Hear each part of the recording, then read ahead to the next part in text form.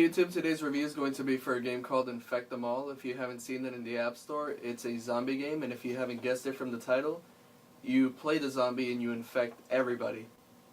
Like I said, this game is the complete opposite of most zombie games you and I know.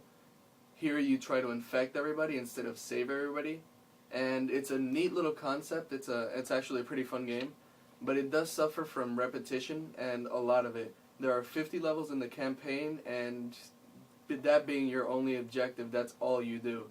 There's really nothing different. It does get more challenging as you go on with the addition of new victims every 5 levels or so. The levels also get bigger as you go along, but even with all that, the game still gets very repetitive. It does have 2 other game modes aside from the campaign. One is survival, and it's exactly what it sounds like. In the first wave, you're going to be infecting everybody so you can have a horde of zombies for the upcoming waves. After the first wave, the zombies are going to be in bite to kill mode instead of bite to infect like in campaign. Then there's blitz mode, where you have 1 minute and 30 seconds to score as high as you can.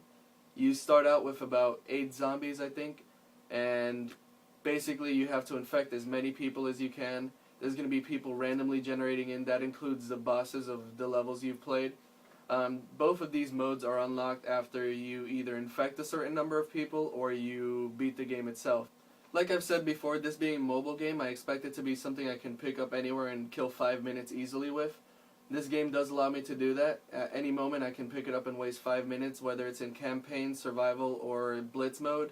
It does offer you the playability of something simple, something quick, and something that's entertaining enough to keep you for those 5 minutes. This game does have a couple of options for its controls. There's the tilt mode, which itself has 2 options. There's the auto calibration mode and the fixed calibration mode. I didn't find too much of a difference with that. The auto calibration mode sometimes changes when you change directions, maybe, or if you change how you're sitting, but I didn't really find much of a difference with that. If you do, let me know. Then there's also the touch mode, where instead of tilting the phone, you obviously get a little analog stick. And I find that a lot easier to play when I'm lying down in bed playing the game instead of having to sit back up and play tilt mode where it's fixed or it's auto. Graphic-wise, this game is more or less on par with some of the better 2D looking games in the App Store. It's not something that'll wow you, but it is something bearable, and believe me, it's not as bad as some of the games I've seen. The only noticeable stretch really is the bosses, which I think have been scaled 2 or 3 times bigger than the rest of the people in the game, so they look a little more pixelated than any of the other characters or any of the levels in the game.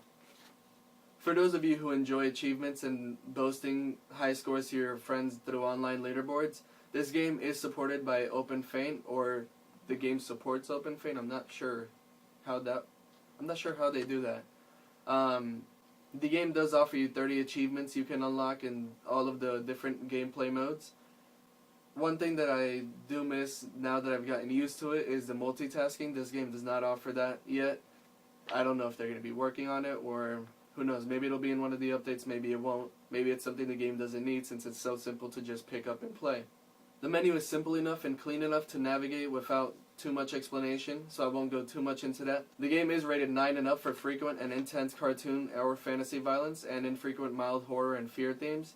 This game gets a 4 out of 5 for me. It's a fun game, easy to pick up and play anywhere, but like I said, it does get repetitive sometimes, and I also forgot to mention that it only has 1 music track, so that does kind of get annoying from time to time, and it's loops on every level. So if they could at least add 1 more music track, that might make it a little more bearable, but it is repetitive, and unfortunately I don't think there's a fix for that. But other than that, it is worth the price. Right now it's $1.99. I'm not sure when that's going to change, but it is worth the price. I would buy it.